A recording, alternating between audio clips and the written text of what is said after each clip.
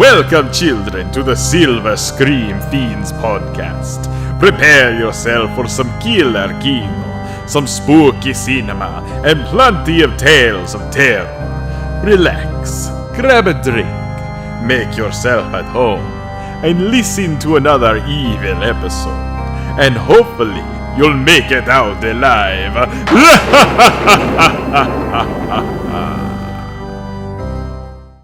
James, you wanna kick us off here? Let's go. 7. Sweet. All right, that's the end of the show. And I'm Blake.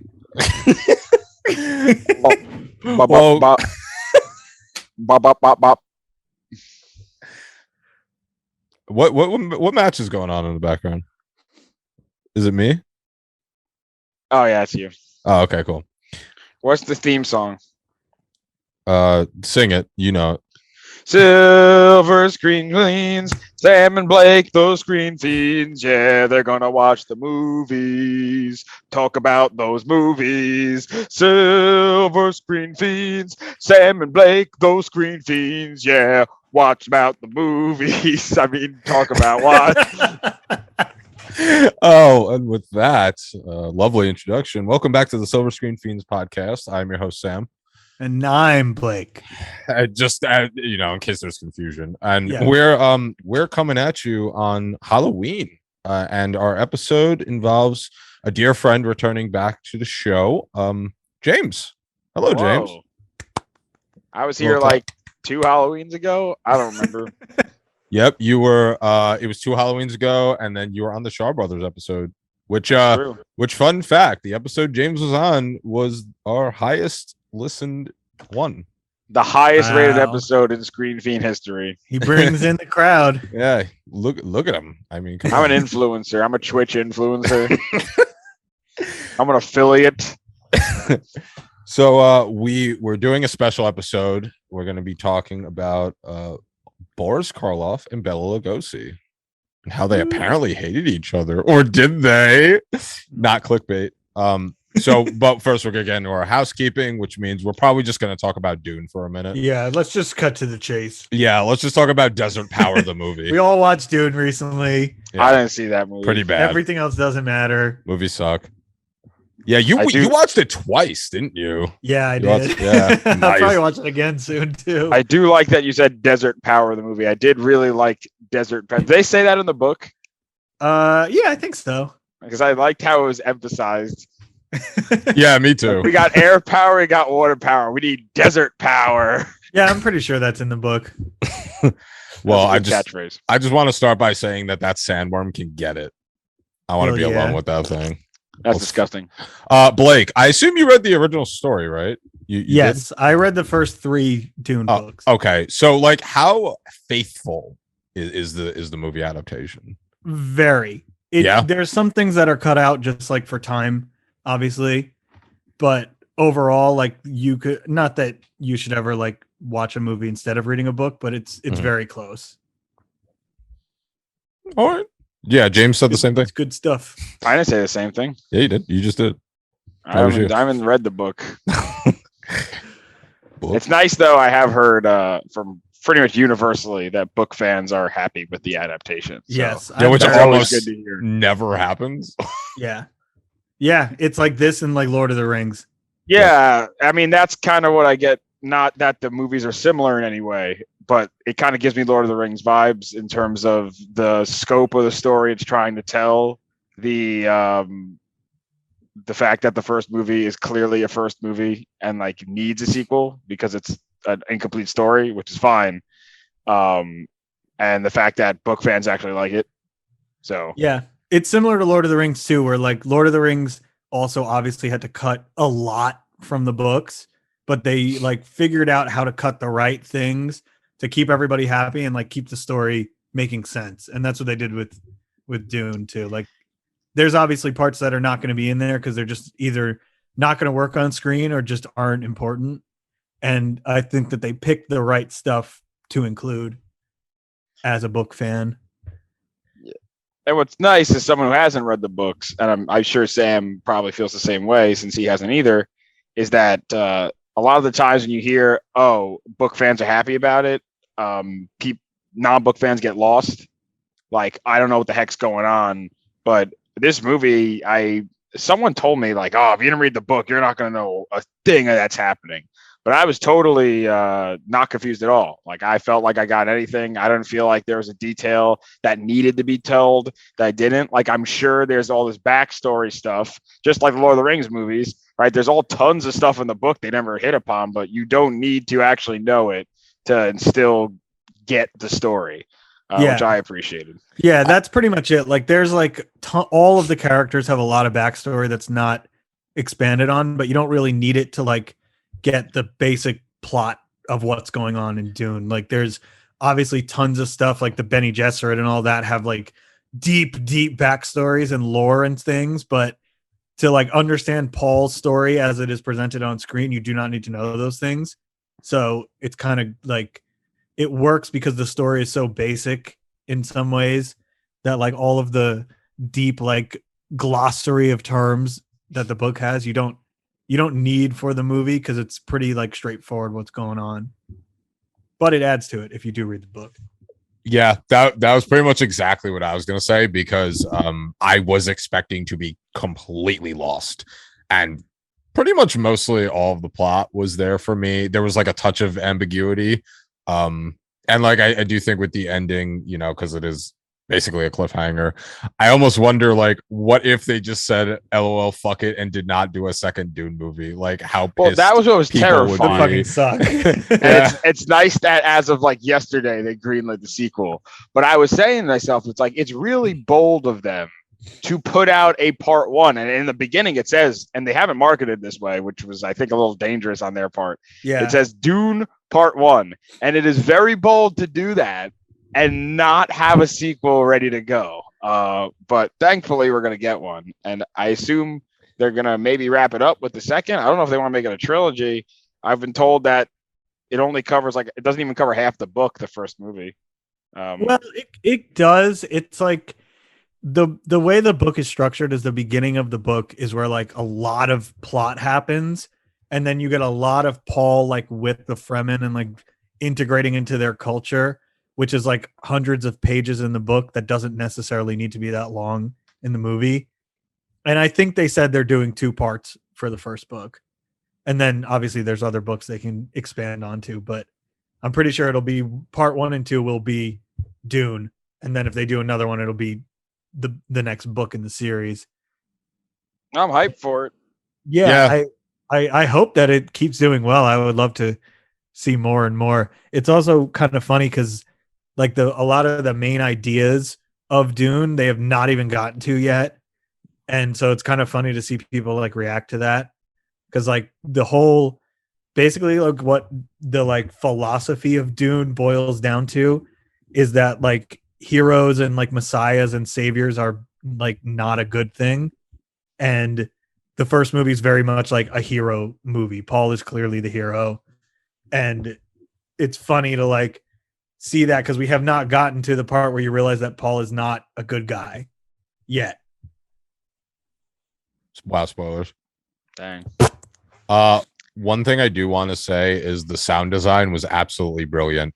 Like everyone's been talking about the visuals, but I watched this movie mostly with headphones in because I was curious about it, and it's like every little vibration, like they did not miss a beat. It was phenomenal. I kind of wish I saw this in IMAX. I kind of wish. Yeah, I was gonna ask, did either of you guys see it in an actual theater? Or I saw it in watch theater. at home? I saw it in really, theater. I really watched it wish at home. I did watch it in a theater. I mean, listen, it was cool on my TV, of course. But yeah, I want to see this in a theater. It was good in the theater. Yeah. Watching the movie, I was saying to myself, like, this is a big screen movie, for sure. Yeah. Mhm. Yeah, I will probably go see it in IMAX at some point. Yeah, I would like to see that like on a nice big IMAX screen. I think it'd be cool. I mean, the sandworm scenes were, in particular, you know, visually and sound speaking, were pretty wild. Like that first one was pretty cool cinematically. Yeah. Especially on the big screen. So Yeah, I also loved all the warriors popping out from the sand. I thought that was cool. fucking cool. Yeah. I also loved all the like languages that they created for the movie. That was really cool because I don't recall that being a part of the book. Like I'm pretty sure Oh, really? I'm pretty sure most of the characters just speak English in the book, and it was cool that they had like different languages. That was an interesting way to like set apart the houses and like the different like factions and stuff. I liked that. Well, English machine broke, dude. English machine broke. I loved it. House Harkonnen is my dudes. They're like tailor-made characters for me. I saw that Baron. Well, like I said, they cut out a lot of the really bad stuff, so you can enjoy them in the movies a lot more because there's a lot of raping going on. It's like Game of Thrones. They cut out the mountain being a bad person. As soon as you said the bad stuff, I knew what the next word was going to be. Yeah, well, like Baron Harkonnen's like a rapist, like evil pedophile character, so it's kind of good that they didn't include that. I don't like that now. Yeah. We've ruined Dune. Dune is now canceled. Dune's bad. Yeah, no, this was great. And I really hope moving forward, this is the template for sci-fi movies. This is how you fucking do it. Mm-hmm. And it's hard though, right? Because it's like, you mean you're talking about what? One of arguably the greatest sci-fi book of all time they're adapting. So it's like to match something in. It's like Lord of the Rings. No one's ever really replicated a fantasy movie that's like Lord of the Rings. Mm-hmm. It's just impossible. I think it's just such a weighty and good story. So, I mean, I don't expect this to set a template, but I'm a big fan of what it did. Well, more so in regards to editing and pacing, because that is the biggest problem I find with sci-fi is it just seems like it's all edited by like incompetent people. Like every modern movie I watch, I just like worst fucking case of that was like Halloween Kills. I mean, I know it's not sci-fi, but like editing to me is a huge part. It sets the tone. It's if you have bad editing, I do not like your movie. Like I think part of it too, what is unfortunate is Dune has kind of proved that in order to make a really, really good sci-fi fantasy, because I kind of consider Dune both science fiction and fantasy. It has elements of both. Sure. But it has kind of proved that to be this successful in that genre, you have to have such a massive budget to pull it off. Yeah. And like maybe this will make one or two other studios like think about giving that kind of money to a sci-fi movie, but I highly doubt it, unfortunately. And like I think it's doing well, and it seems like it's doing well. I was able to get greenlit, but like this movie's not making Lord of the Rings money. Yeah. Right. And you gotta say to an extent, I don't think about it this way, but anything short of that kind of money with that sort of production is somewhat of a letdown, probably for the studio. I think also it's just like it happened to be like the perfect storm and like kind of like capturing lightning in a bottle, where you have a director who's highly respected by film fans and sci-fi fans. You have arguably one of the most popular, hottest actors in the world right now in the lead. And then on top of that, you have an entire cast of like A-list actors. Yeah, like they really got. There are tons of people that will see this movie because Timothée Chalamet's in it, knowing nothing else about Dune. Yeah. So I don't know if you could capture that again in another scenario. And actually, that's one of the things working against it somewhere. I know that all these people, like if you go on the internet, you see people complaining on Twitter and they're like, Zendaya is hardly in the movie. And like Batista's hardly in the movie. And a lot of people feel misled, I guess. Yeah. Wait till part 2, because those those characters have not had their like moments yet. The problem is, like I was saying before, I think the marketing campaign doesn't, I think, reflect the fact that it is part 1. Yeah. And that, so I think that's a problem for them. But they got the greenlit sequel, so it doesn't matter. Yeah, I mean, literally, as I was watching it, when the title screen came up, I was like, oh, I guess this is going to be 2 parts, because I did not know that before going into it. Yeah. Also, let the record show that while Dune did very well on HBO and surpassed Justice League on opening, Mortal Kombat still reigns supreme. Whoa. As the #1 HBO streamed movie. No way. That's really is that funny. true? Holy shit. Yeah. Did you see that? I think in the Discord, someone posted an article and it was like a substantial amount over everybody else Mortal Kombat had. It beat Justice League, it beat Wonder Woman.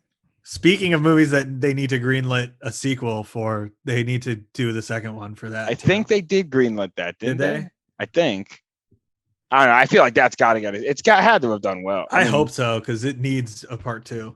I had a lot of fun. I have fights about that. I don't really have fights, but people seem to hate that movie. Yeah, I'm a big defender, and I love Mortal Kombat, and in one way that makes me like it, but I also think that makes me its biggest critic because I am a fanboy of Mortal Kombat, and they definitely don't stay loyal to the story.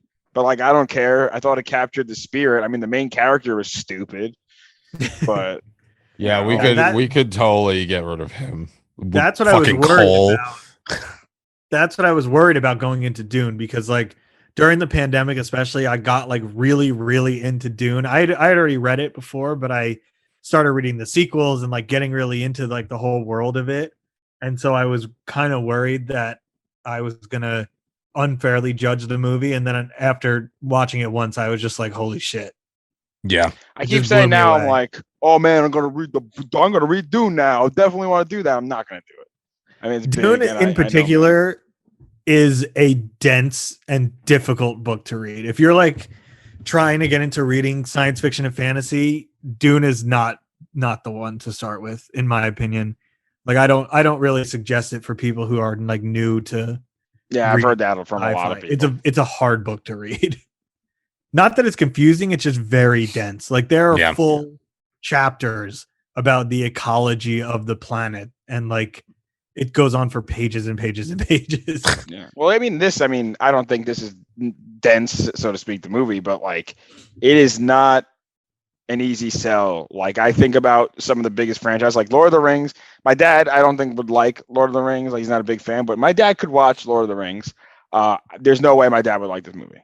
And there's a lot of exposition in this movie, and I was fine. I was interested in the exposition, but there's a lot of exposition. Yeah, my parents asked me like, "Oh, how was it?" Because they know I'm such a big fan, and I was like, "Oh, I loved it." And they were like, "Should we watch it?" And I was like, "I don't know." Yeah, because it's not Star Wars, Like some people think like it's a big Star Wars movie. I'm like, that's not what you're getting. No, it's definitely not. You definitely have to have some interest in it. Yeah. My point of reference is, I mean, it's hard to compare to anything. When I'm like, it's probably like most like Game of Thrones ish. Yeah. I would compare it to Game of Thrones.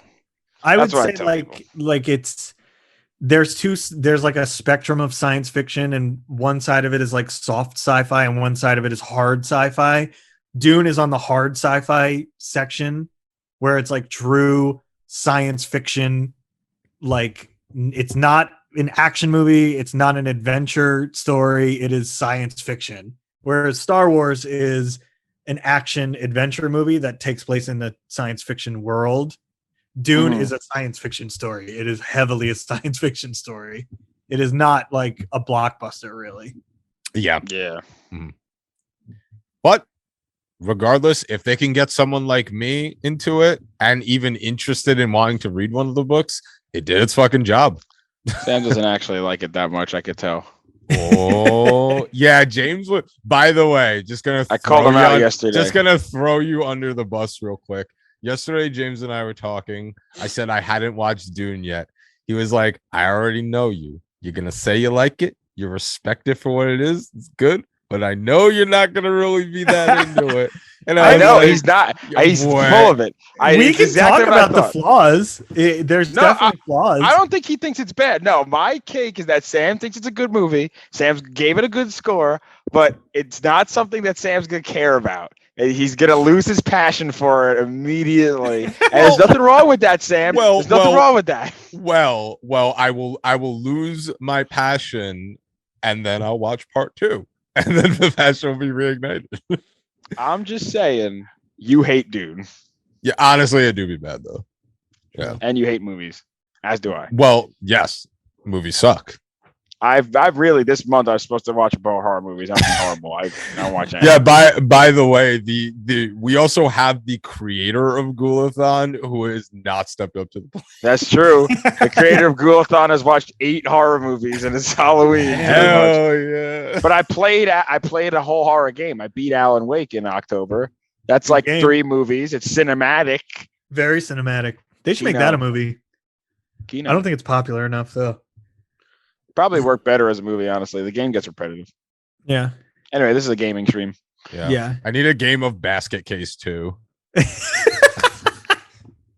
Cinema. Oh man! Anything else anybody watch that we want to talk about before we move on to our? Not Did you really. guys, did you I've guys just talk about probably- Halloween Kills already? Oh Yeah, Oh, we we did had an last time. entire Halloween episode. Yeah. Yeah. Let's hear. I I don't want to even hear your hate it. thoughts. Yeah. I Let's don't hear hate your it. thoughts. I don't hate it. I You didn't. feel the same way I did. Yeah, You we feel bad. kind of both agreed. Yeah. It's frankly in comparison to some of the dog. Do we curse on this podcast? Fuck you. The dog. It's okay. In comparison to the dog shit that franchise stoops to, it's not bad. Like it's better than Halloween like 5 5 or 6. or Six, 6 yeah. or Resurrection. Resurrection I kind of find funny. All right. First but of not- all, Busta Rhymes. How dare you? yeah, Busta Rhymes fighting Michael Myers is an incredibly entertaining scene. Oh, yeah. but It is. it's not good. Trick or treat, motherfucker. Motherfucker. No, but I like it. It was mean spirited in a way that I didn't love. Like I felt like the entire movie existed it was like I have wrestling on in the back. It's like bad wrestling booking, right? It's what I complain about with like Brock Lesnar when they bring him into WWE and he comes and he just like beats Kofi Kingston for no reason, who has momentum, just to prove that Brock Lesnar's strong. When everyone knows Brock Lesnar's strong, like this movie to me was let's convince everyone that Michael Myers is powerful. And I was like, I already know Michael Myers is a threat. And you have all these characters who, not trying to spoil, are essentially meaningless, who they introduce, who I might have been interested in, honestly, but they didn't care about that. And I never, ever complain about characters making dumb decisions in horror movies. I think that's part of what horror movies are. But holy moly, some of these characters are making dumb decisions. And for the ones that were developed and should know better from the previous movie to make these decisions was less of a horror movies. Oh, let's split up, and more of a this is just to me inconsistent writing, especially since I think with these last 2 movies they've tried to elevate Halloween on a storytelling level to a place it hasn't been before a little bit. And if they want to, hold that high standard, I guess I hold them to a little bit, but I did not love the movie. Yeah, I think the wrestling comparison is actually a really good comparison. That's so true. Like Michael Myers is already scary. Like we don't have to introduce and spend all these time with these new characters just for him to kill them in the end. Like why did I watch this movie? Yeah. And the one huge glaring issue, which I didn't even touch on when we discussed it, and then we'll move on. This movie and 2018 retcon every single Halloween movie in between. So Michael Myers in this canon has only killed a couple of people. And 40 years later, the town is still somehow so terrorized by this isolated incident that you have a drunk ass Anthony Michael Hall recalling the events year after year that he survived. So to me, you already take me out of the movie. You take me out of the intimidation of Michael. Aside from the kills, which were dope. I loved the kills in this movie. I guess we're full on spoiling too. Oh yeah. Yeah. I mean, I also found very groaning, and again, not like it doesn't infuriate me, but like the whole Michael Myers is turning the town into the monsters, and Evil it's making dies tonight. and I'm like, Evil dies tonight. Yeah, like, we talked. this? Yeah, we talked What is about the what is with the socioeconomic impact of Michael Myers' kills? Well, Like- especially because it was lazily done too. It's not like it was like well done. Yeah. And like you said, like, yeah, I normally don't complain about like stupid decisions in horror movies and things like that, but this movie like takes itself so seriously and therefore asks us to take it so seriously and then to do stupid things. It's like, pick one. Do you want to be like a stupid campy horror movie like Happy Death Day or Freaky that are like these fun slasher movies, or do you want to be a serious movie? Because you can't have both. No, for sure. It's either the movie's dumb and you just sit down and enjoy it, or the movie is serious and you like criticize it in this way, but it like doesn't know what it wants to be.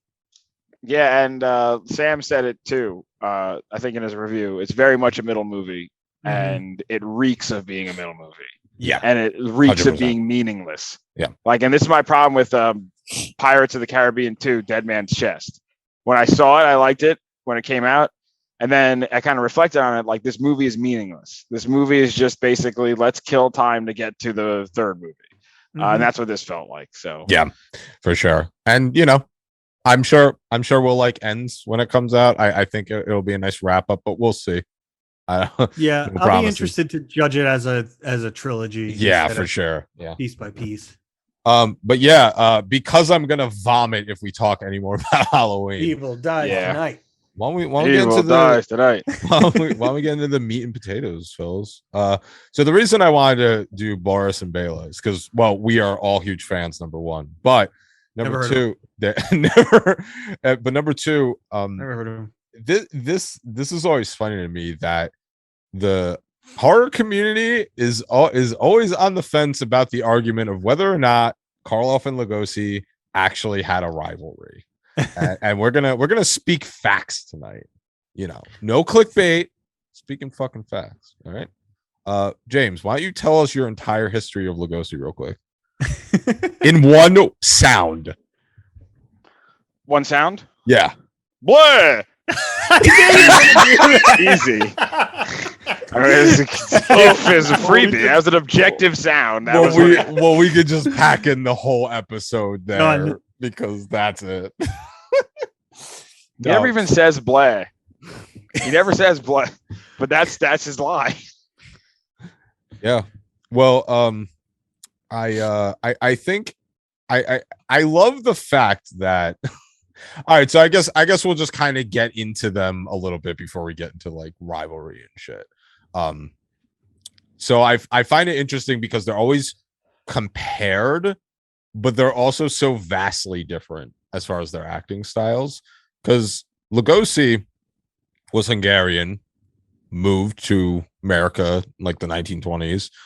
He only worked on a few films in Germany, but other than that, he wasn't doing too much. He did mostly theater.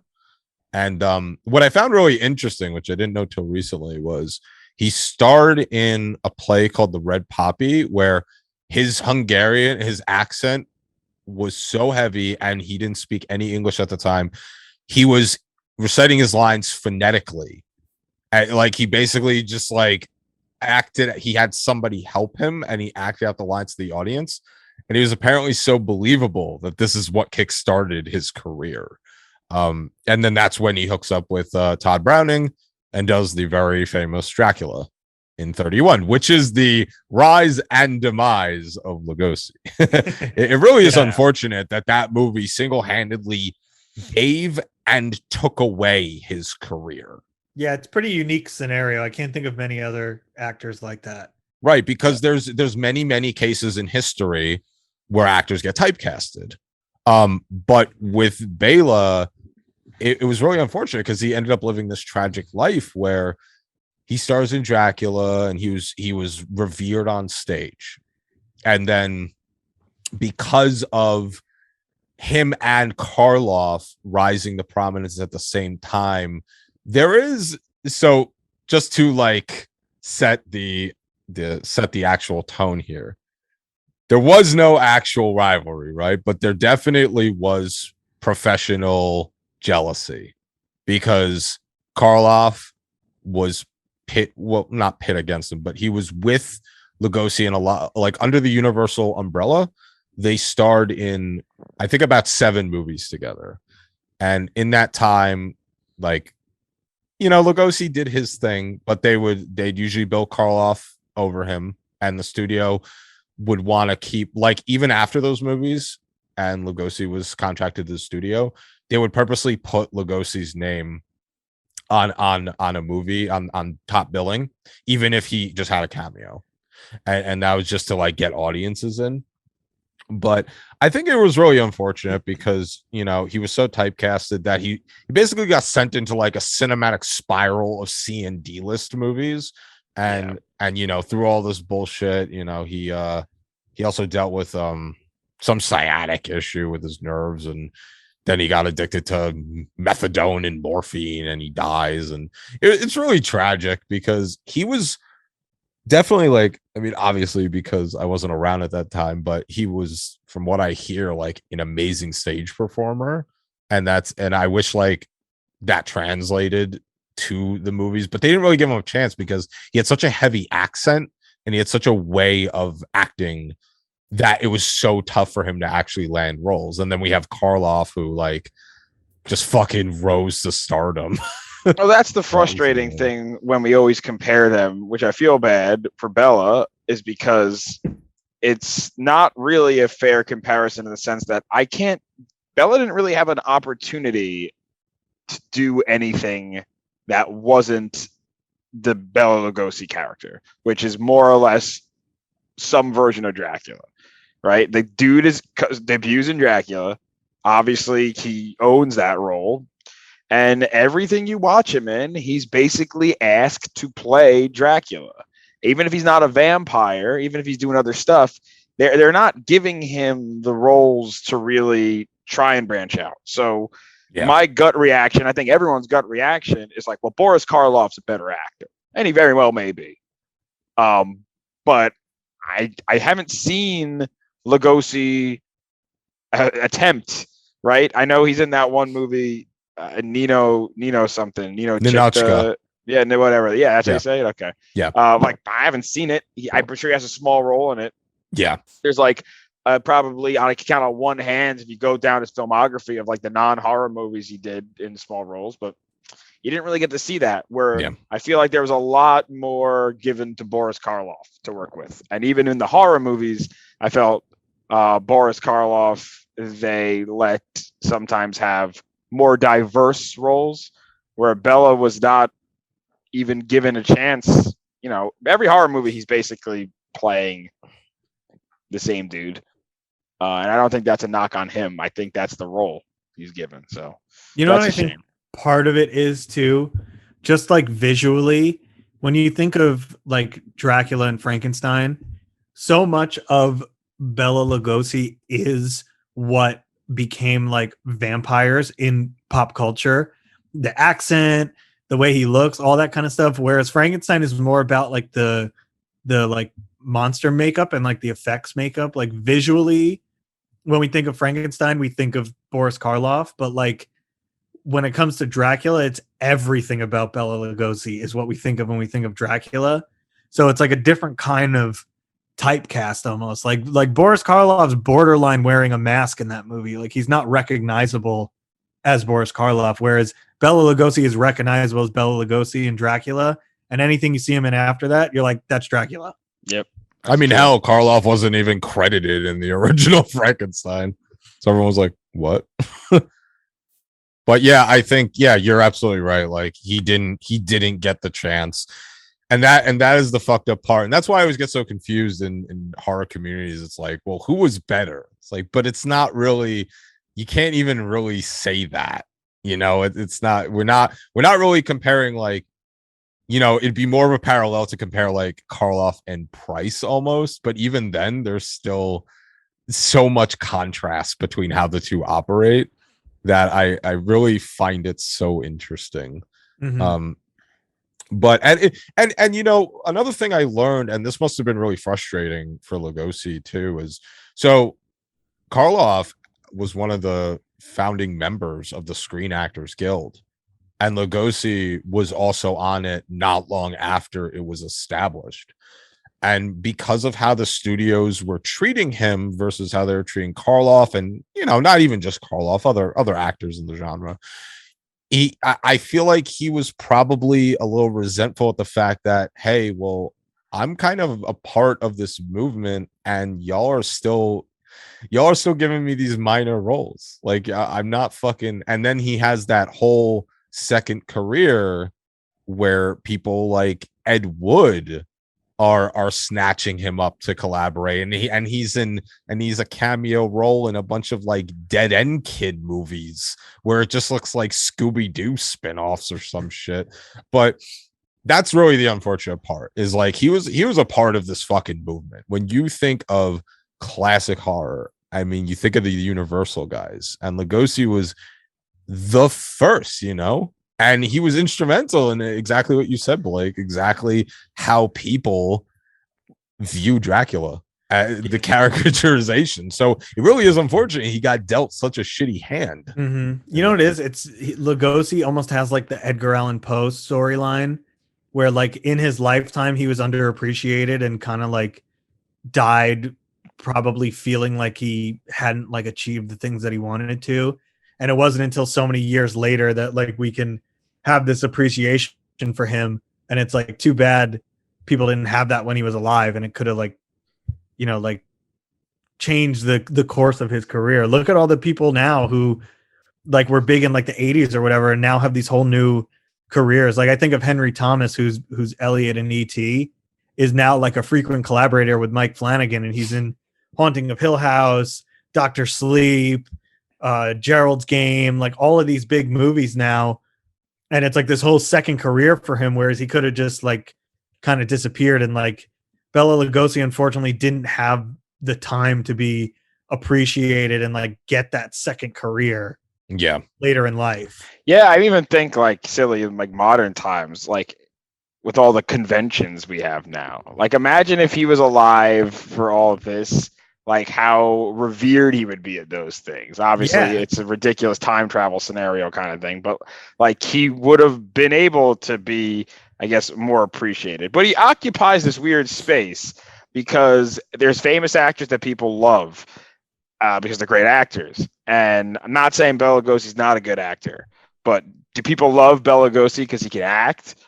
People love the image of Bela Lugosi. Like he is maybe not as successful or as popular maybe as Boris Karloff, but he's more iconic than Boris Karloff because like you said, right, Dracula is Bela Lugosi. Right. For better or for worse, anything that Bram Stoker wrote is out the window permanently because Bela Lugosi is Dracula. I would argue he's maybe one of the most recognizable fictional characters across the world. Right? Everyone sees that and they know who he is.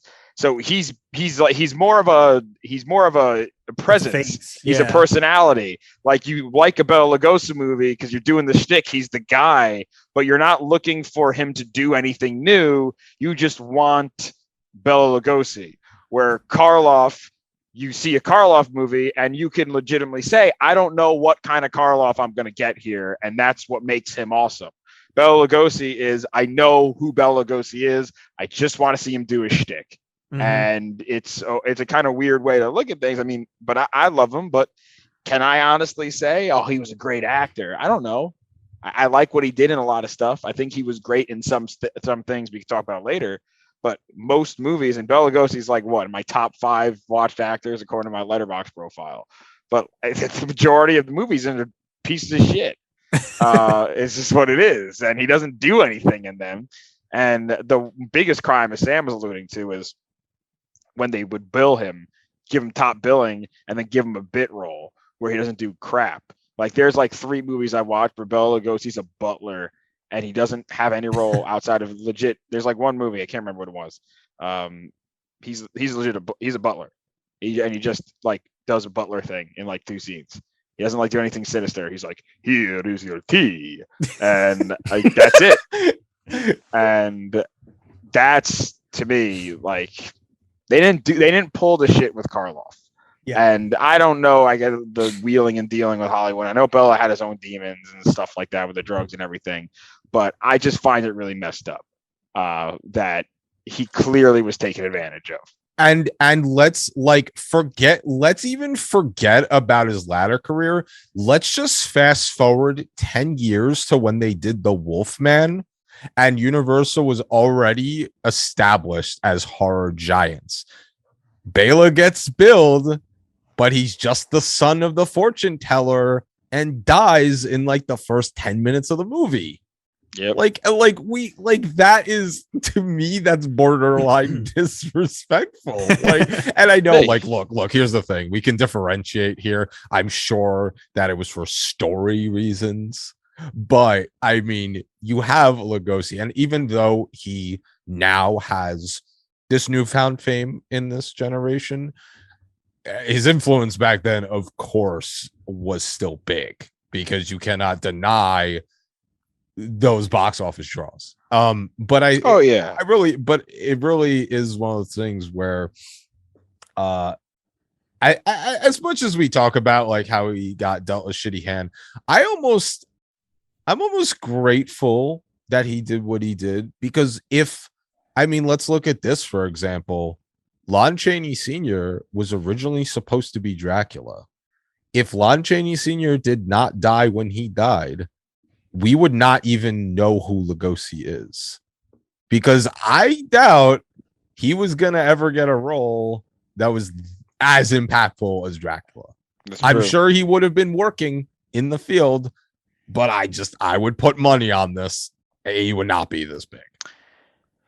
And something must have happened. Like, and I'm sure maybe I should have done more research, like an actual good guest. But oh, we don't fucking do. I was gonna say there's no research. Come on, like there's a window of time though where we see Lugosi stock drop, and it's not that he ever becomes unpopular. Like you said, you can't deny the box office draw. It's not like a Van Gogh situation where no one knew his name and then he's appreciated later. I think people back then thought of Bela Lugosi as, oh, the horror guy, Bela Lugosi. That's very cool. That's why they used his name. It's just the studios didn't have the same faith they had in him to hitch him to more successful pictures.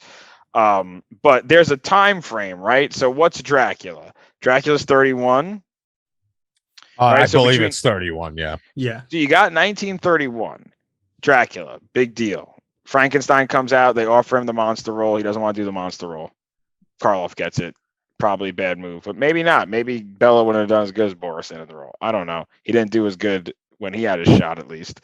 But after that, right, you fast forward a few years, you get the Black Cat, right? The Black Cat's 34, right? So there is a time, Black Cat, Boris and Bela are billed equally, right? Clearly, in 1934, there is an idea within the studios that Boris and Bela are equal, and this is like their big movie together, and we're going to make a big deal about it. That's their first on-screen collab, too. Yeah. Yeah. Mm-hmm. So you get that. You get the Raven in 35. And I think the Raven in 35, you see them build together. And frankly, I think Bela actually is given a more prominent role than Boris in that one. But he's playing Dracula and Boris is playing Diet Frankenstein. But for a 5-6 year period, right, they're considered, I think, on the same level. And then at some point, and I think you go to their next collab, which is the Invisible Ray, which is 36. So even 1 year after, at some point, right, I think the pendulum swings and Boris is getting the more interesting and juicier role in the combination and the better role. You have that other movie they did, the crime movie. I can't remember what it's called. That's the one I haven't watched. Right. That one is a Boris Karloff film with Bela has like a bit role on the side. So at some point there's 5 years where they're equal, and then like that 6th year, something changes where they decided that Boris is the moneymaker and not Bela. And I don't really know what happened. But I'm sure something that must have gone with, because I don't think, there's nothing I can gauge, certainly not from the movies, but a critical opinion. I don't think people were going, oh, Bela Lugosi stinks. Like Bela Lugosi ruined this movie. But something had to happen where they just decided Bela Lugosi's not our guy. Boris is. And I don't know why they would do that. My best guess would probably be because in the Invisible Ray, that's when they started to really push him as more of a sidekick. Because even when he was Igor in Son of Frankenstein, like he was arguably, I'm just going to throw this out there, he was the best performance in Son of Frankenstein. Like, honestly, fuck everyone else. Like, I was there for Igor. So, but I think that once we get to the Invisible Ray, it was probably one of those situations where maybe it was like focus group, maybe they pulled, I don't know. It was 100 years ago, probably not. But I do think that after that, they probably did just see Lugosi more as a sticky sidekick role. And that's kind of where the deterioration of I'm glad you brought it up too. Son of Frankenstein, by the way, 39. So clearly Lugosi's stock was still high enough, but still not, he's the tertiary character. right? Rathbone and Karloff are more highlighted than he is. That being said, I'm glad you brought up the point about Igor because he absolutely steals the show of Son of Frankenstein. Yeah. Bela Lugosi as Igor is fantastic. Bela Lugosi as Igor, in my opinion, is the best role he's ever played. I think he does a better job than he did as Dracula. Not knocking the Dracula role, obviously Dracula's iconic, but Bela Lugosi's Igor is awesome. He does such a good job in that movie. And that's like, if when I think about who I like better, I probably lean Boris Karloff just because he's got the better body of work. But on a strict basis of who has my favorite role between the two of them, I think Bela Lugosi playing Igor is the best between all of them. Like that is such a good character. And the only reason Ghost of Frankenstein is okay is because they brought Igor back. I was gonna say, and I don't even really want to get into Ghost, but he really is the only reason that movie's palatable. Because I don't know what the fuck they were thinking with that one. But what a role.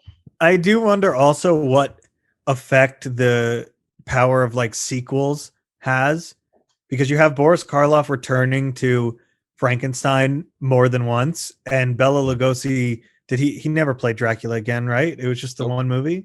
No, So he only wonder- played on stage Dracula. Yeah, that was it. I wonder how much of a impact that has, just to have Karloff be Frankenstein and Bride of Frankenstein, which are both incredible movies, and then continue to come back to the Frankenstein role later on too. I wonder if that maybe had some kind of an impact on like the public image of him and his own popularity. I mean, it's like, who do you think people will remember more as a big superhero actor? Joaquin Phoenix, who's playing the Joker once, or Chris Evans, who played Captain America in like 30 movies? So I do wonder what kind of as far as like the public eye goes, if that is why he was considered more billable, like he was kind of more recognizable because he played these same roles a couple of times. Yeah, and I actually think that makes a lot of sense, because if we do go back to Universal Horror Days, a lot of those movies seemed to be a litmus test for who was the most popular. Because if you look at Wolfman, you look at Frankenstein, you look at all these movies, there's been a steady rotation of actors who have played those roles. Like we've had Lon Chaney.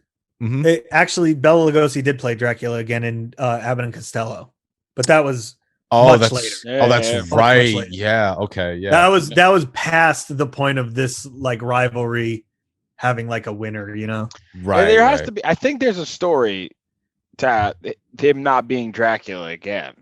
I figured there has to be. Why wouldn't they do another Dracula movie? There has to be a reason. Because in 43 he does Return of the Vampire, which is he literally plays Dracula. I mean, it's a different name. It's not Universal, but he basically that's a Dracula sequel. Mm-hmm. Like that's written essentially as a Dracula sequel. That's what it is. And he plays the character more or less. They change it so it's not Dracula. But I don't know. I think there's a story behind it, because there is Dracula sequels. There's like Son of Dracula with Lon Chaney Jr. and Daughter of Dracula or whatever. But I think there was something to him maybe not wanting to play Dracula, because Boris does the Frankenstein roles a few more times, but after Son of Frankenstein, he's done. He kind of like forsakes it. He keeps ending up in Frankenstein movies like House of Frankenstein. He's there. He won't play the monster anymore, though. Frankenstein 1970, he's in that. Won't play the monster. But I think part of Bela's problem was, I think there was a difficulty in the beginning. Because I do know the famous story that Bela Lugosi wouldn't play Frankenstein's monster. They offered him because he thought the role was below him. There wasn't enough talking, which may have been a big mistake on his part. Obviously, very good for Boris Karloff. So I don't know. There could be some of him not wanting to do some roles, and that might have kind of hamstrung him. I don't know. You do also have Karloff playing like another one of like what would be almost considered like the Mount Rushmore of Universal Monsters characters in The Mummy. Yep, that's true. Yeah, but that I don't know if that's part of it too. But it's like you look at that list of like the most iconic Universal monsters, and two of them are Boris Karloff. Yeah, and like I was saying earlier, I really think the studio was just performing a bunch of litmus tests with this because they were rotating actors into different monster roles. Mhm. Like Karloff was playing a bunch of monsters. Lon Chaney Jr., another tragic story, was playing a bunch of monsters. So I think they were just like throwing shit to the wall and seeing what stuck. And I think Karloff, because he got billed in so many of the top roles, he was in all these sequels, that he just managed to make it out a lot cleaner. Yeah. And I wonder, even just like visually, I mean, Boris Karloff has a very distinct, like grim looking face. Not that Bela Lugosi didn't, but I feel like Karloff almost more did, which would kind of like lean him towards more big like monster movies and horror roles, whereas Lugosi kind of has like sharper features and like, which again are something we associate with Dracula forever. So it's just another thing kind of in like now looking back, it's what makes him so iconic, but maybe then was part of like the typecasting a little bit. Whereas Karloff would kind of lend his face to a wider variety of characters, I feel like. And I think, Yeah, no, that's a good point. And I think to add to that, I think the heavy Hungarian accent probably probably worried the studio, because listening to Karloff speak, in my opinion, is kind of like smooth butter. Mhm. And Lugosi, I do not hate his voice, but I believe the studio was probably turned off to the idea of him starring in big roles with that heavy accent, when they thought maybe there was a lack of diversity despite his wonderful stage career. Because the voice, everything is the voice, you know. It's like half the face, but then it's the voice, you know, especially when you're in roles like that. Yeah. I mean, I do wonder also at the time, like Boris Karloff's British and Lugosi is Hungarian. Like maybe a little bit of it was like a little bit of a xenophobia kind of thing. Like he is more quote unquote foreign to the average like American viewer than Karloff, who's British. So I wonder if that was a factor. I mean, looking at the time period, it wouldn't shock me. Yeah, I 100% think that could be a thing. And going back to Blake's other point too, like I said, like it is almost the biggest curse was the Dracula thing, because you no matter what you watch, you're seeing Dracula. Bela Lugosi looks a certain way. He's very distinct in how he looks. He's very distinct in how he sounds. And even Igor, which I do love that role, like it's the Dracula guy. Like no one is gonna sit there and be like, "This isn't Dracula. This is Dracula doing a role." Dracula's acting as Igor. Wow. Like Bela Lugosi is almost, he's Sonata. He is Dracula in a way. Boris Karloff is not Frankenstein. Yeah. Boris Karloff is a great Frankenstein monster, obviously, but he is not Frankenstein. You see him in another movie, you don't go, "That's Frankenstein." He's someone else, and he can be, and he was good at it. And maybe there is a thing. Maybe Bela Lugosi. I mean, maybe I haven't seen it. He's not great at not being Bela Lugosi. He gets the closest with Igor, but he's still Bela Lugosi. And Boris can, he can be whatever he really needed to be. And maybe being in a, like you said, being in a mask in his first appearance, right? When he was going to come again, or with the Mummy, totally different dude, totally different monster. And then once he kind of earned his name, I guess, he did a few monsters. He stops being monsters. The Boris Karloff's early career is monster, makeup. Clearly, at some point, Boris Karloff's like, "I don't want to be in fucking makeup anymore," and he says, "I'm not going to do it." And Boris Karloff plays us pretty much exclusively through the end of his career, just regular humans. Sometimes the bad guys, and very oftentimes, the good guy, which is interesting considering horror actors always have to be evil. But he plays good guy a lot. Whereas Bela Lugosi does get afforded the roles where he can play like a nicer guy, like, in the Vampire Bat, for example, before he reveals he's sinister, he's just a regular like dude. He's a nice businessman, but he's just Dracula. Like no matter what he's doing, even when he's acting nice, he's Dracula. Where compare Boris Karloff in like the old dark house, the corridors of blood, Boris Karloff, and those are different characters. Night and day, yeah, Mhm. for sure. It's kind of like I said before. It's at the end of the day, Dracula is so defined by Bela Lugosi. Frankenstein is defined by Jack Pierce's makeup, not necessarily Boris Karloff. Yeah, I agree. Which ended up working to his advantage. Not when he had to sit in the chair for like 12 hours a day.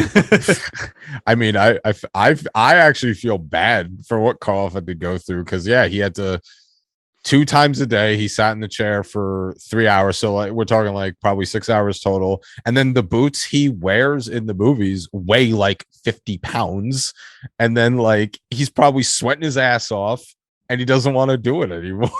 But you know, it's so funny. Speaking of that. Like before when I was kind of like researching the two of them, I was like, I wonder what their like height difference was, because Boris Karloff seems like he's a huge dude and Bela Lugosi doesn't really seem that big. Bela Lugosi was taller than Boris Karloff, which is pretty funny because Karloff has much more of like this imposing figure, I feel like. Well, I think Lugosi towards the end of his life probably shrank a little because because I saw a final, they claim it was like the final interview of him, and I think sadly enough he was like getting out of rehab and they were interviewing him, and he looked, from memory, he looked short, and I was like, wait, is that I just thought it was weird. Like I think of Boris Karloff as being so much bigger than him, and he was not. Oh yeah, because like literally in stature you would think that but yeah, I do want to very quickly bring up the movie Ed Wood because well, so obviously like the studios started to after they were in a bunch of these movies together, and then after the waning career Lugosi and Karloff went on, and it seemed like between this time period, from what I understand, there were rumors being spread around of a rivalry to actually increase ticket sales. And I remember years ago, Sarah Karloff, the daughter of Boris, and Bela Lugosi Jr., obviously the son of Bela, were both on podcasts or whatever, or just interviewed. And yeah, they were basically just talking about how, well, no, there wasn't a feud.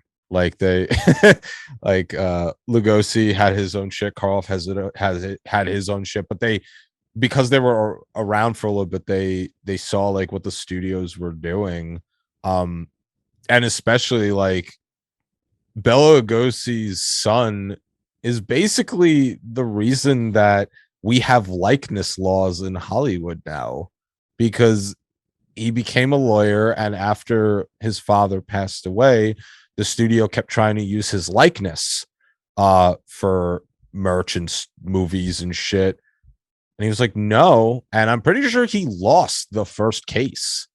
And then he went on to somehow win. And now the Lugosi estate is so airtight that Blake here can't I was even gonna say, make... I have encountered them. Blake can't even make a parody shirt with half of his likeness on it without receiving a cease and desist. It is true. I am curious what early on, do you know like what he was like fighting against? What were the studios doing that was so like egregious? I don't really know the circumstances. My best guess is they were probably airing movies, whether it's like at art house forums or bigger studios. They probably were like trying to top bill him again and use him on posters and shit to get crowds in. Like maybe, oh, the return of Lugosi, or oh, like Lugosi. Yeah, I think my understanding is just basically, the Bela Lugosi gave so much to Universal, and they never stopped marketing Dracula. Yeah. And essentially Universal would consistently use the likeness and images of Lugosi for their marketing purposes with Universal Monsters. Yet the Lugosi estate never saw a cent of it. Meanwhile, your father died in, basically poverty, right? And, he was struggling up to his death to make ends meet. And I think it just changed the rules, basically showing like, you know what, actors get to make money off their likenesses. They don't just do one movie and then poof, and then you lose everything. Like you can, if they're gonna use you, you should make money off it. That's my understanding. And We isn't should it probably crazy? talk about Karloff today. Nah. Yeah. I was just gonna say, isn't it crazy how like it seems like in Hollywood they're still kind of fighting these same battles? I mean, look at all the shit with Justice League, and the actor who played Cyborg is still in like this huge battle with the studio, and like all of these, like the way that they're treated and stuff. And it's meanwhile the studio is like trying to sell these movies with your likeness and things like that. It's crazy how that battle never really like ended. Still going on. Yeah. I did. So I just want to bring up Ed Wood real quick, because first of all, fantastic movie. But like I was saying earlier, because the studio or people in the inner workings of that machinery were trying to spread small rumors about this feud to gain more revenue. Then we have Ed Wood coming out, which Martin Landau plays Bela Lugosi in his which is later an incredible years. performance. Which, by the way, yeah, I mean, it's no secret why he won awards. I mean, it was amazing. Yeah, So, I mean, that Ed Wood is Tim Burton's best movie in my opinion. So if you haven't seen it, even if you don't like Tim Burton, it's not very Tim Burton-y. Yeah, so it's the least Tim Burton movies. If any part of this conversation has been interesting, you should watch Ed Wood. Yes, I agree. But I personally believe that with this movie, it almost reignited the rivalry conversation. And especially like there's that great scene where Lugosi he's either taking a break from filming or he's about to film, and he's on set. And there's this random worker kid who comes up to him and asks him for an autograph. And Lugosi's beside himself. He's like, yes, of course. And he like grabs the pad. And as he's signing, he's like, Mr. Lugosi, you were great as Karloff's sidekick in The Invisible Ray. And Landau just stops what he's doing, goes, Karloff, sidekick, fuck you. And like that, like, first of all, iconic scene. But I think that the portrayal of how he approached Karloff as a person in the movie really kind of got people talking, like, oh wait, this must mean that they were rivals, and he's saying he doesn't deserve to smell his shit. What's going on? Which, by the way, Bela Lugosi's son, to no shock at all, absolutely hates this movie because it is an inaccurate portrayal of his father. And it's like, well, first of all, no shit, there's going to be embellishment. Like, we're selling dramatics here. And second of all, we base everything in fiction is based possibly on some semblance of truth.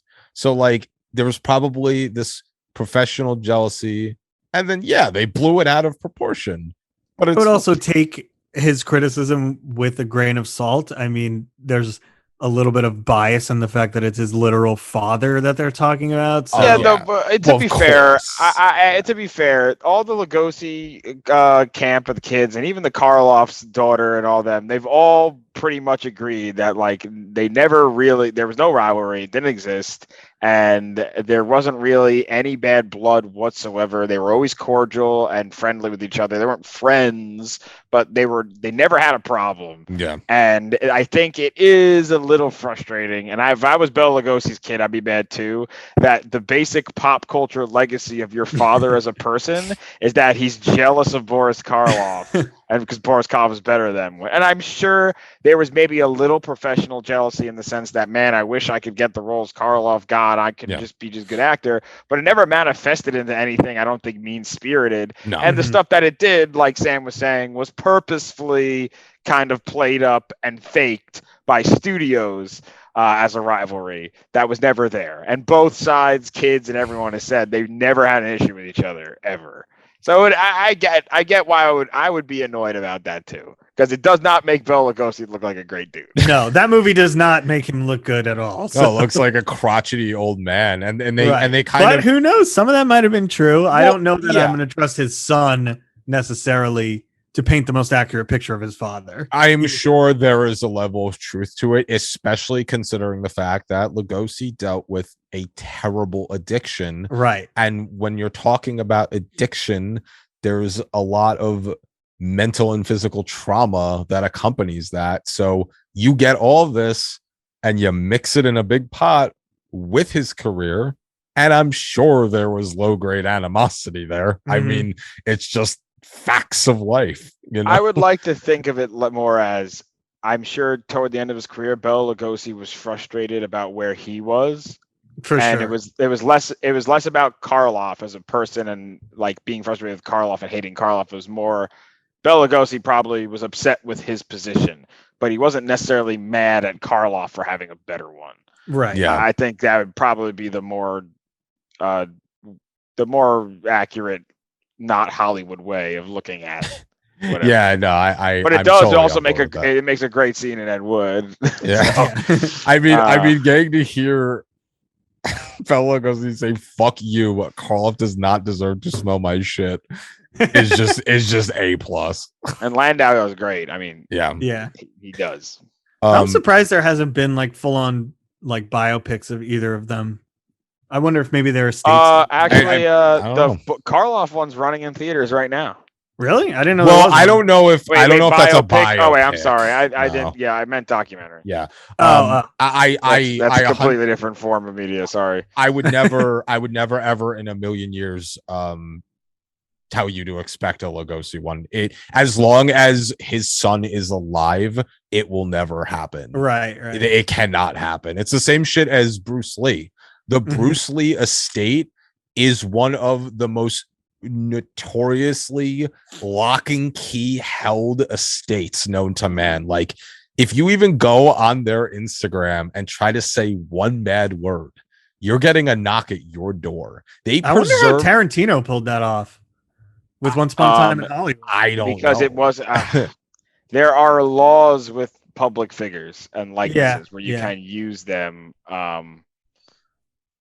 So I don't know. I'm just surprised they didn't. It's a gray area. Yeah. I mean, I'm sure because he makes Bruce Lee look pretty bad in that movie. Yeah, well, they were pissed. They were pissed. Yeah. The estate was mad. Yeah. Well, okay, and I do want to just talk about this real quick, and we'll move on. The thing that bothers me about that is like it's pretty much on public record that Bruce Lee was cocky. Like, it is not a secret. And when he who's the actual stuntman in real life that I forget his fucking name? Obviously not the one in the movie, but there was like this real life stuntman, and I remember hearing that he challenged Bruce Lee to a fight. He pretty much acted in a similar way, and just a couple other things. And then like his widow just denies it all, and it just comes across as like really sketchy. Now, of course, nobody likes to speak ill of the dead or think of them in that fashion, but to me, like what they did with what Tarantino did with Bruce Lee's portrayal versus like what they did with Ed Wood and Lugosi, it's completely different, because with Bruce Lee, it's believable to me because he was kind of that person. He was a great athlete. He was a great martial artist. He was a big box office star, but he was cocky, and that's all he was showing in the movie. And it's like, I get you're pissed at it, but it's just your legacy you're trying to preserve. We're on a tangent now, but I guess my take on it is like, without even going with the two sides, I just felt like the scene was so insignificant because it was a movie. It was a small scene in a movie not about Bruce Lee that I never took as an authority on Bruce Lee. So like, to me, it came and went. And even if I, on a personal level, don't necessarily agree with the caricature that Tarantino presented, I don't know. To me, it's such a small, dumb little part of the movie that it's like, okay, this will not. I don't think that's going to have any pop culture impact on who Bruce Lee is as a person. Right. But at the end of the day, it's a movie about Brad Pitt stopping the Manson murder. So I don't know how much people are going to really. It really shouldn't even be a conversation. But this is just interesting point. As far as likenesses go. Yeah, it just proves my point, though, is that like these people preserve their estates so like in such an anal way that this is what ends up happening. And yeah, Mhm. so I mean, I'd love to see biopics of both of them. I could see it with Karloff. There's no shot they're doing it with Lugosi. I can't see it. Yeah, yeah. But I do want to move on to our favorite performances by them, and I want to start with Karloff because I do feel like we have not really talked This has been the about. Lugosi. This has legitimately been a Lugosi episode. Well, It's not been a Lugosi is Karloff episode. arguably a lot more had a more interesting life to discuss in this way. So I mean understand. that is also true. I mean Yeah. it is in a fucked up twisted tango of his life. That is Yeah. kind of the events that It's true. transpire. He's the tragic figure. So Exactly. Yeah. Yeah, he is. He is And the tragic old Hollywood figure yeah, that But on has a become inspiration for so many characters and portrayals of old Hollywood that it's hard not to like get hung up on him. But on a acting level, since we're transitioning to him, I mean, Karloff is undeniable, right? Like you gotta, even if I say maybe Bela didn't get the shot to act the way he needed to act, Boris Karloff, man, an absolute legend, right? Not Mhm. just for the account of whatever, like a legit great actor. And it sometimes makes me sad talking about Bela Lugosi not getting opportunities and things like that. I'm not going to say Karloff didn't get opportunities because he definitely got more. He was definitely prominently featured. And I think definitely more respected. But this is a dude that, in my opinion, if given the right roles and given more dramatic material to work with and wasn't just locked into horror, like Oscar level actor. And I don't say that, facetiously. I truly think this man is at the caliber of Academy Award winning actors.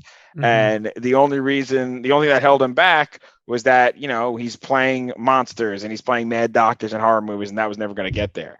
But what an actor. What a freaking talent. He's awesome. yeah, and obviously it's kind of one of those things where yeah, like we could start with Frankenstein, but I want to start with the old dark house because and this is another collaboration between Karloff and James Whale, like in Frankenstein, and he plays a mute butler in this.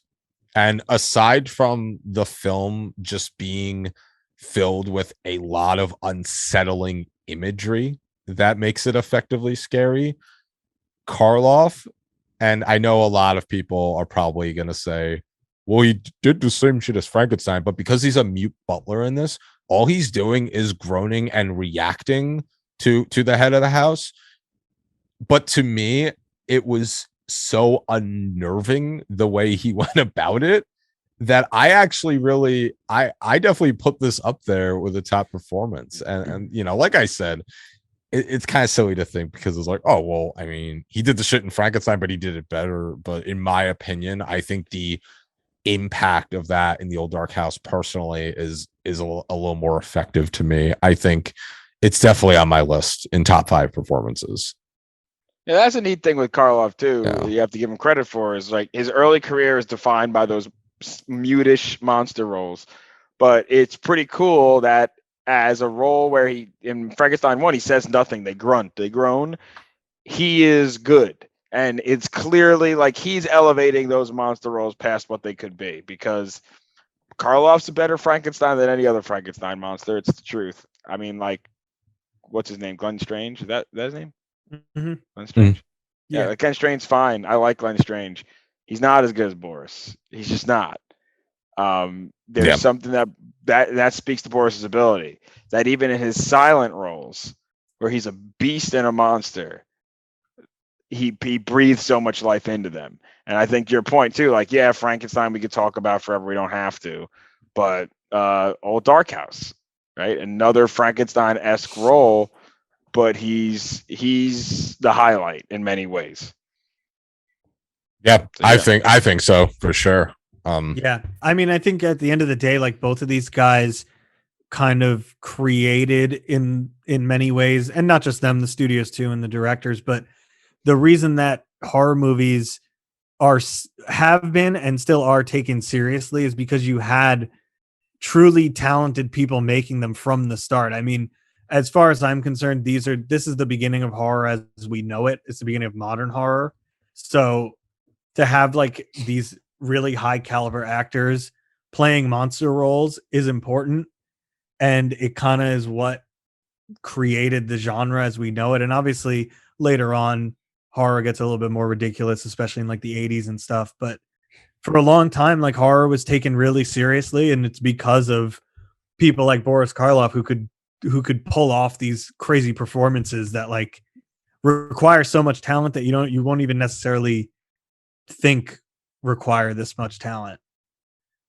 If that I makes do any miss sense. that era. I mean, I miss an era I have nostalgia for something I wasn't alive for, Mhm. but I miss how horror movies really were defined not by bad actors, which they were the 70s, 80s onward, modern day. Horror movies are defined by crappy actors, bad Right. dialogue, cheesy. But back then, the main people in horror were these classically trained actors. People had like Shakespearean backgrounds, like, Mhm. Lugosi's from the stage. Boris Karloff, a classically trained actor. Fast forward, Peter Cushing and Christopher Lee are like classically trained Shakespearean actors. Vincent Price, right?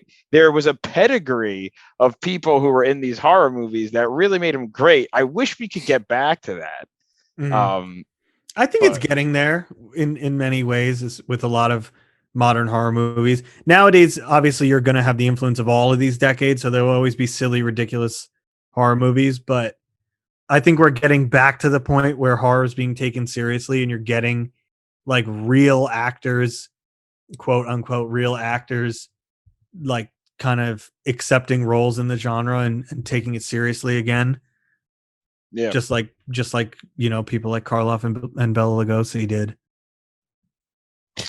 Yeah, for sure. I think that especially you're talking about like how they play it so seriously. The Black Cat is definitely up there for me too. I know James, I think with this film you suffered personally from maybe overhyped syndrome, but I think that the Black Cat is crazy in many regards because number one, it's their first on-screen collaboration, which is impressive enough. Number two, the story is batshit insane. Like there's so many layers to the story. Like Lugosi plays a doctor, and then you find out like the doctor. No, I'm sorry. Karloff plays this architect too. You find out that the architect um is like the leader of a satanic cult. And then there's even like a skinning scene at the end of the movie. yeah, that's And like all of this horrific imagery, the satanic symbolism, actual skinning, like, and this was around the time that the Hays Code was implemented. So to me, to have these like classically trained actors in this role matching wits like this, but also having it being scary and suspenseful is the kind of shit I love. And like to what you said, I want to see a resurgence of that. Like that is insane what they did in that movie. And that's 1934. That's almost 100 years ago. Black Cat kills me as a movie since you brought it up, right? Because I don't love Black Cat, and I think because narratively speaking, it's an absolute train wreck. Like the story doesn't hold, the narrative is way too rushed, and things are just happening, and it's not in a weird weird existentially movie way. It's just a badly told story, which ruins it. But what I love about the Black Cat is, holy moly, if there's one movie that is like Lugosi and Karloff, it's that. That's the first time, and the only, in my opinion, the only time they are given two roles to be together and they're able to play off each other and be amazing in. Their characters in that are awesome, right? That's the Lugosi Karloff movie. I wish, to me, narratively speaking, it worked better, because that would probably be my favorite Universal horror movie if they were able to pull it off better. But performance-wise, that's the movie. The movie is Lugosi and Karloff matching wits in many ways, like you were saying before, kind of. And they're great in it. I mean, if you haven't seen The Black Cat, anyone out there, especially Karloff in that movie, plays a really cool character. Like the menace that the presence he has, who's not a monster, by the way. Right now, he's just a human, but the presence he's got and the way he's there, he's awesome. Lugosi gets to play more of a good guy.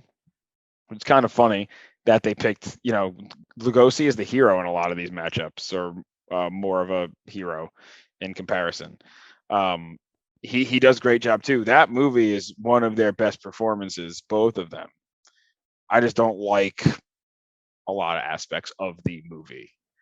Yeah, and I think after Black Cat, I'd probably say second favorite would be like The Raven, because to me, yeah, I guess like your issues with the plot in the Black Cat, I think are probably a little more resolved in The Raven. I personally think that like you still have this great battle of wits, but in The Raven, it's very much more like just them playing significantly lessened versions of themselves. Yeah. Which like it does work to me, but then it does kind of leave you asking like, well, what if and like and just real quick side note between Black Cat and Raven, and then in the 60s with the Corman Poe movies, let's just give it up for all the Poe influence with these horror actors. I mean, it really like all these guys have been in an abundance of Poe adaptations, and I think a lot of them just, it's such a beautiful collaboration to me. Something just works with it. So with Black Cat and Raven, like I haven't like read the stories or anything, but they're think not that even remotely what they're not even remotely similar to the Poe ones. okay, well then fuck me. But I'm sure the influence is still there. Weaker selection, arguably, but I think that to me, atmosphere's there, even if it means they touched on a moving train the source material. But Yeah, I mean, it's more of, yeah, I think the vibe is there. the Yeah, I vibe, was the gonna vibe say, is there. I think it's more of using it as a selling point for like, this is like a gothic horror story, because people kind of know that that's what Poe is. Like, this is that kind of feel, even if it's not the actual story. Yes. And I do that like The Raven. translates, like, even if you're talking 30s or 60s, it translates in the same way, which I love that consistency. Mm-hmm. I do like The Raven. I find, like you said, though, The Raven doesn't feel like, for finally having a team up, it feels like this very safe movie. It's like the same old thing. Lugosi basically plays a mad scientist Dracula dude. Frankenstein, Boris plays kind of like a Frankenstein-y guy, and it's fine, but almost kind of like a totally different movie and time period. But like The Escape Plan with Arnold and Stallone, you finally get Arnold and Stallone together for a movie, and like it's not bad. Like when you get, they're basically the thing, but like you kind of hope for more, which I think The Raven starts to get at. But whatever. I think The Invisible Ray is hardly a team up. I don't even like talking about that one. Yeah, I don't really. Yeah. And Black Friday, I haven't seen. Black Friday, they're not even on screen together. But my favorite Karloff role, which is technically a team up with Lugosi, but it's not really, is the Body Snatcher. I don't know if you've ever seen the Body Snatcher, but he plays, and I don't say this lightly, I think probably one of the most underrated villain performances in a movie. He plays a character named John Gray, who's like a grave robber, and Karloff as that bad guy is great. It's my personal favorite performance Karloff's put out. I think it's a great character. I think the character deserves a lot more credit in pop culture. I wish he went down more significantly, because he plays a great villain. Lugosi sadly plays a bit role. He has a very small role as a victim later on, doesn't really get to play off him. So it's really the Karloff show. I don't even know if Lugosi's a build on the poster, honestly. But that role is awesome. It's not my favorite team up. If you have to ask me my favorite team up, I'd probably say The Raven, because that's them playing off each other the best. I think the best movie with them together, actually in significant roles, I guess, is The Raven, but I don't want to write home about it. But the best movie, I think, where they're both in it is Body Snatcher. But that's really a Karloff movie. Lugosi's just there. Well, I will say that The one thing that sells me on the Raven is Lugosi disfiguring Karloff's face. Yes. I think that is a selling point for me. It's like Raven's good. we have Black Cat, he's skinning, and then in Raven we're disfiguring. I love it. But yeah, I'll say, and I think my favorite Karloff performance. It would be Corridors of Blood, which is a very obscure movie, and my father showed it to me, and that's just going to be the name of this podcast, by the way. My dad showed me. We got to get him on. But this one is great because it's more of a psychological horror movie, and it deals with addiction and substance abuse. Basically, he plays a surgeon, and this is pre anesthetic days. Like there was no way to knock people out for surgery, so he's performing surgery in the 1800s while people are still alive, and he's in his lab trying to concoct ways to achieve like an anesthetic. And because of all the testing he's doing on himself, he inadvertently becomes addicted to the substances he's using, which is like 80% opium. And through the movie, he's unable to perform his duties as a surgeon, and he's becoming very lackadaisical. He's in a dreamlike state. He can't function properly. And more, he's constantly going into his lab. He's spilling beakers, trying to get his hands on more and more and more. And it's more of a psychological study and the real terror of addiction and the effects around you. And then, of course, it also features a very baby-faced Christopher Lee. Yeah, he gets to play a character named Resurrection Joe. Yeah, who really is not seen too much in the movie, but they try to play him off as like the main antagonist. But Corridors of Blood to me, and I've talked about this many times on the show, horror to me is so effective when it is not surface level.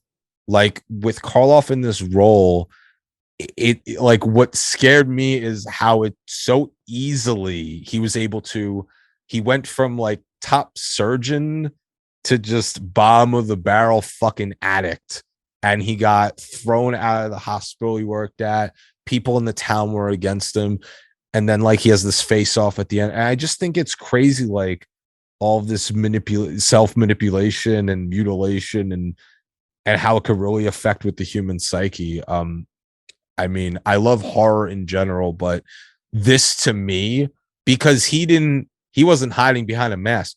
This was all basically like a stage performance. It almost plays out like a play. And I think that's like where I would have loved to see him on stage, and Lugosi too, because I think they would have fucking killed it. And ironically enough, there's a joke in Arsenic and Old Lace, the Frank Capra movie, about one of the characters looking like Boris Karloff, but ironically he was in the stage play of Arsenic and Old Lace, and the reason he wasn't in the movie is because he was doing the play. But just quick side note, but I think Corridors of Blood has to be my favorite because it's him and the camera. There's no makeup, there's no knife, there's no disfigurement. It's fucking him, and I'm here for all of it. I eat it all up. And that's a good point about it. Karloff, right? That Karloff, like Corridors of Blood, is the Karloff show, where it's like, this is a guy who can act so well that he will carry this movie on his back. Whereas opposed to other movies in horror, maybe a lot of Lugosi stuff, it's like, this movie has a gimmick, this movie has a hook, and we need our little character actor in here. Like Karloff, oftentimes he himself is the gimmick. It's not the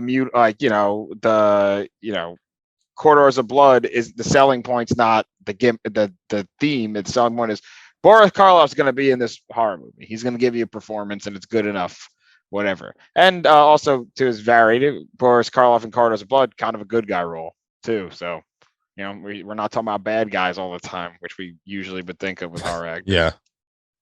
Yeah. So that'd probably be my favorite performance.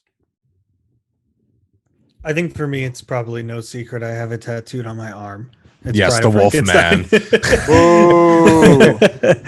I don't think I need to go into too much detail about that. It's pretty obvious. That's my favorite. But that's also It's also hard because that's just the movie in general, not necessarily like performance by performance. It's easier for me to just say like what my favorite movies that they're in are. Obviously, both Frankenstein movies. I also am a huge fan of The Mummy, which we didn't talk about too much, but Yeah, I love him in The Mummy. That's a good point.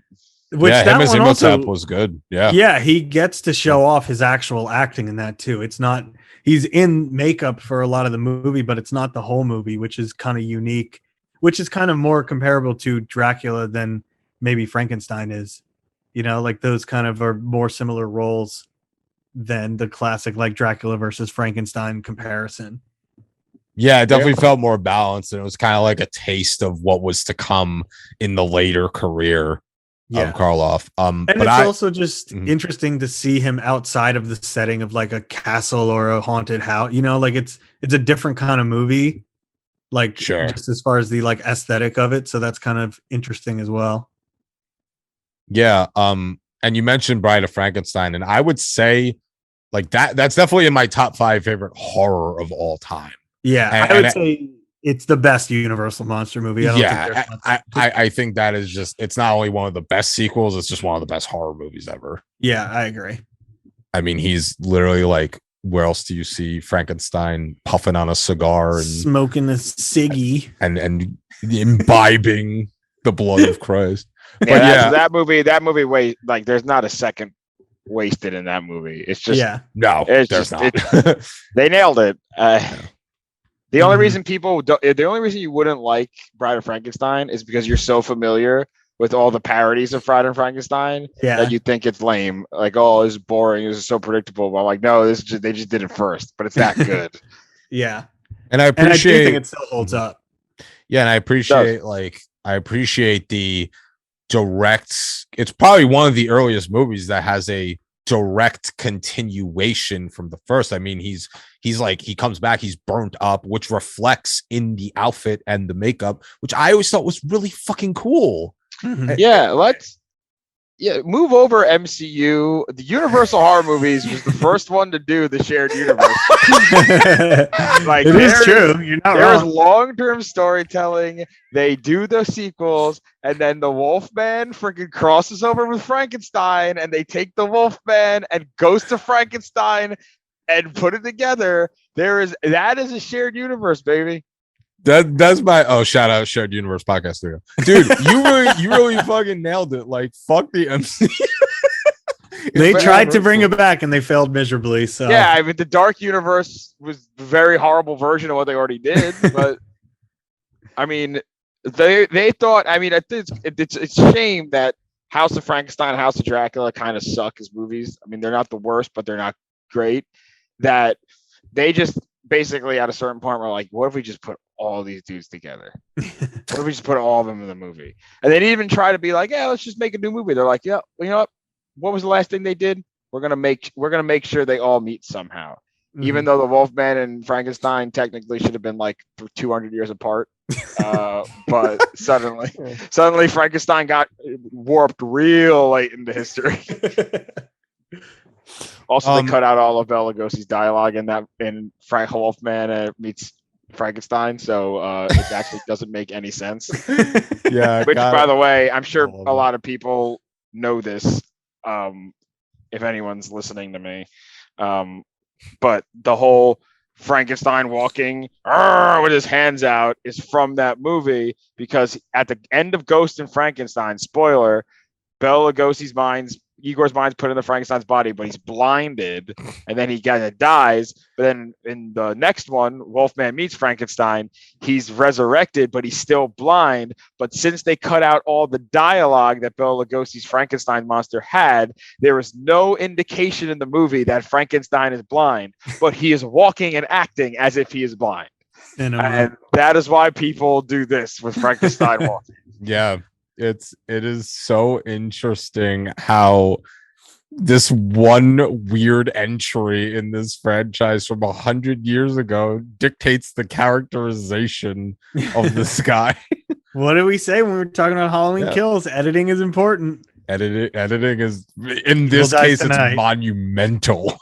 Evil dies tonight. Evil Doobie. It was so cool that they did that. They like smashed the monster, even if it didn't work. Like, Yeah. I just watched Frankenstein meets Wolfman or whatever the thing is. It's not a great movie, and I think a lot of it's because they cut it out. But the last like 2 minutes of the movie is just the Wolfman and Frankenstein fighting. Spoiler, sorry.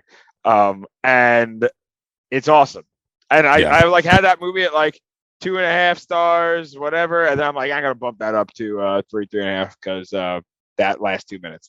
That's all I wanted. I wanted the Wolfman's like drop kicking Frankenstein's monster. And I'm like, I'm glad that someone, it was like the 30s or 40s, and someone's like, this is what the people want to see. And it's true. Yeah. Proto James. Without House of Frankenstein, there is no Avengers. Honestly, Drew. Frankenstein Endgame. So kind of like a natural stepping stone question.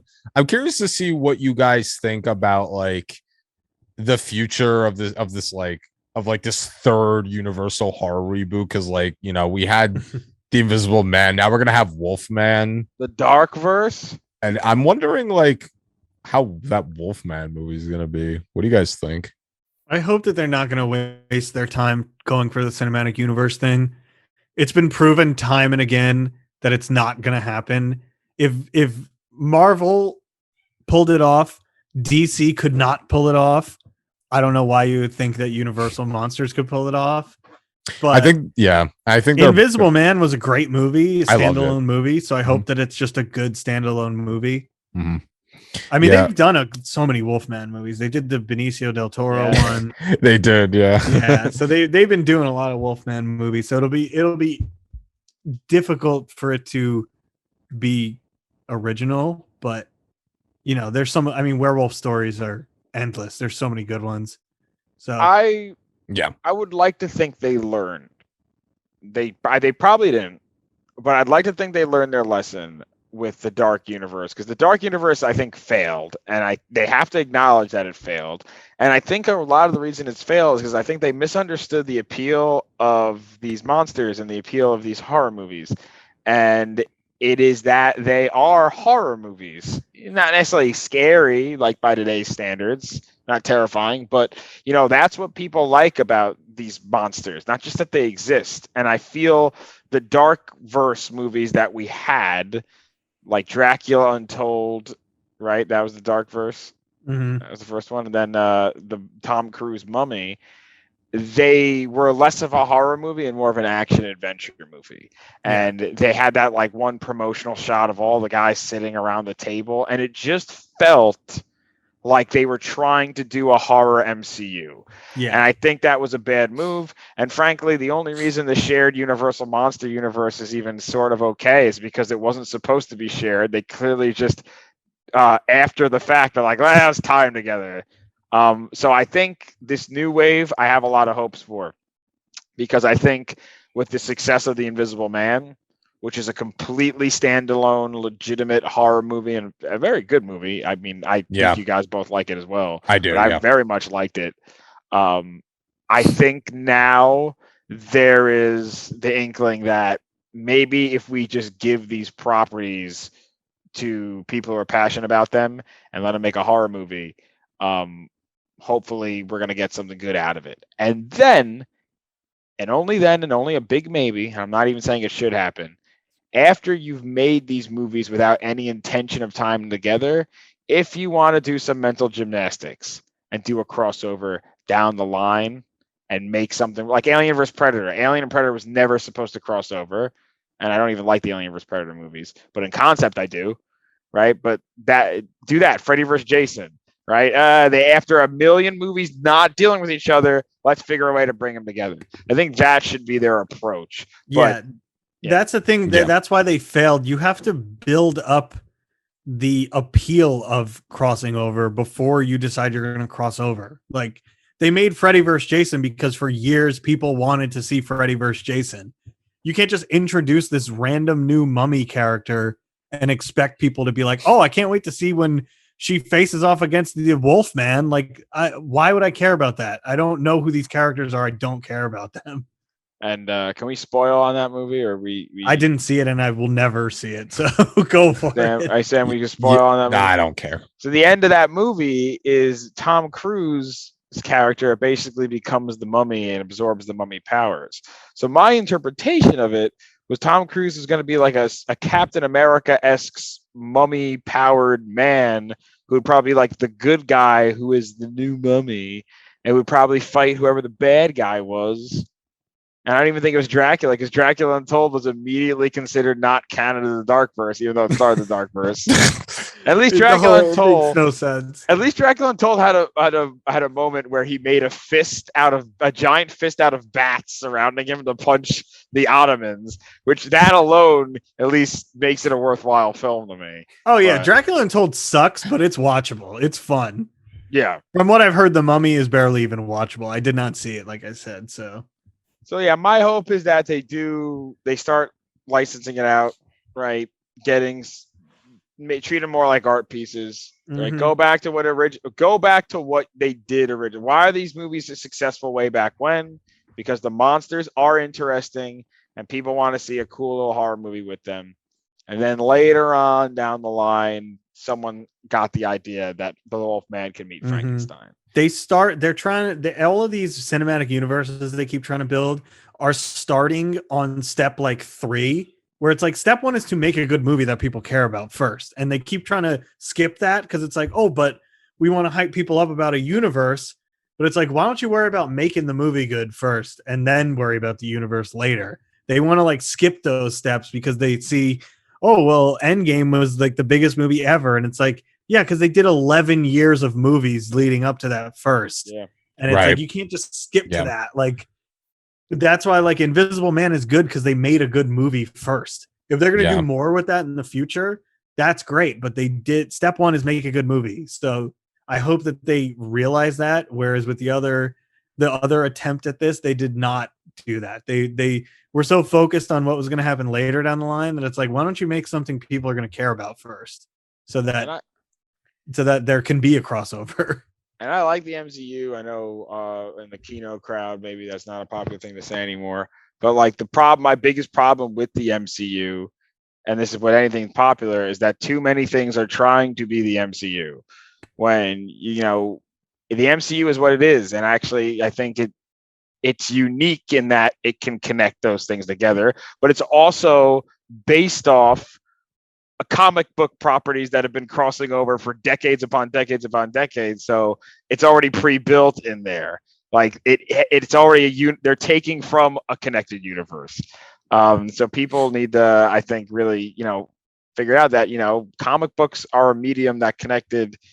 Universal monsters are not a medium that naturally connects. Horror is not a medium that naturally connects. So that's the biggest problem MCU did, was make people want to be like the MCU. Right. It's easy to cross over a bunch of different adventure stories because you're just crossing them over into another adventure story.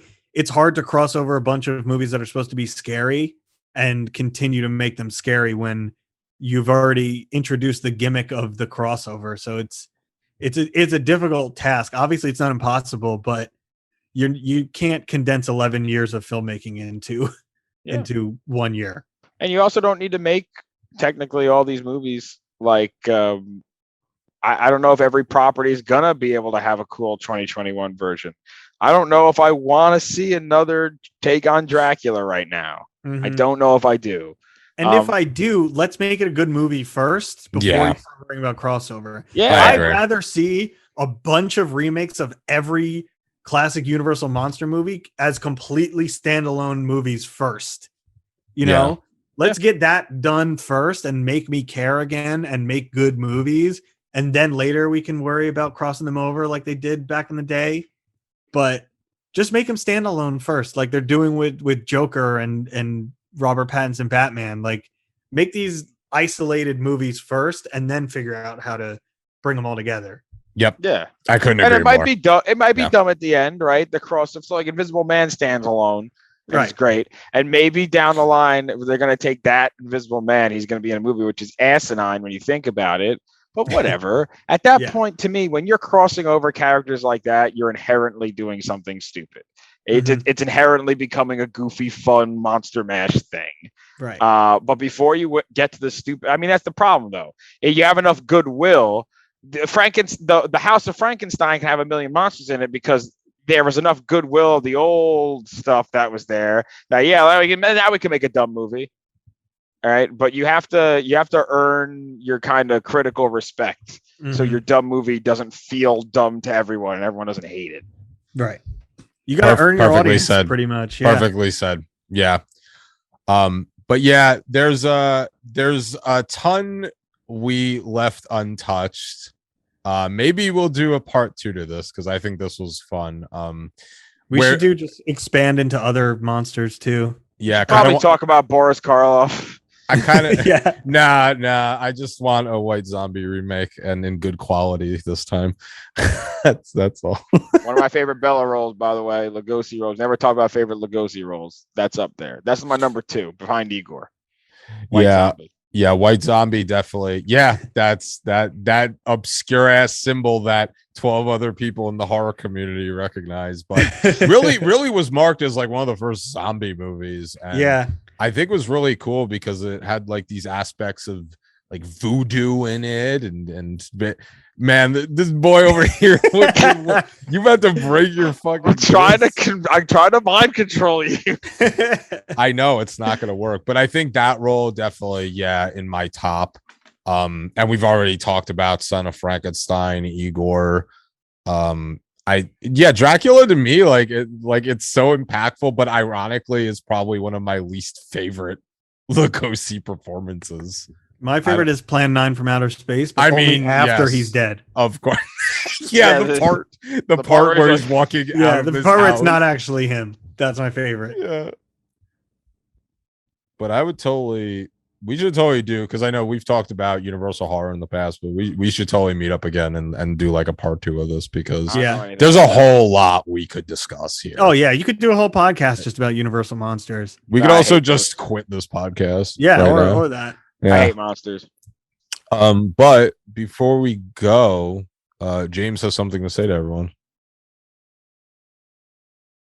Well, dang, and honestly, and honestly, with that, I think that wraps it up. That wraps it the fuck up. And this has been the Silver Screen Fiends podcast. I've been Sam, and I'm Blake, and I'm your special guest, James.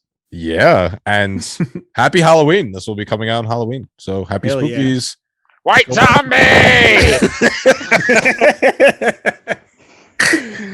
Oh, the Karloff show. Oh, man.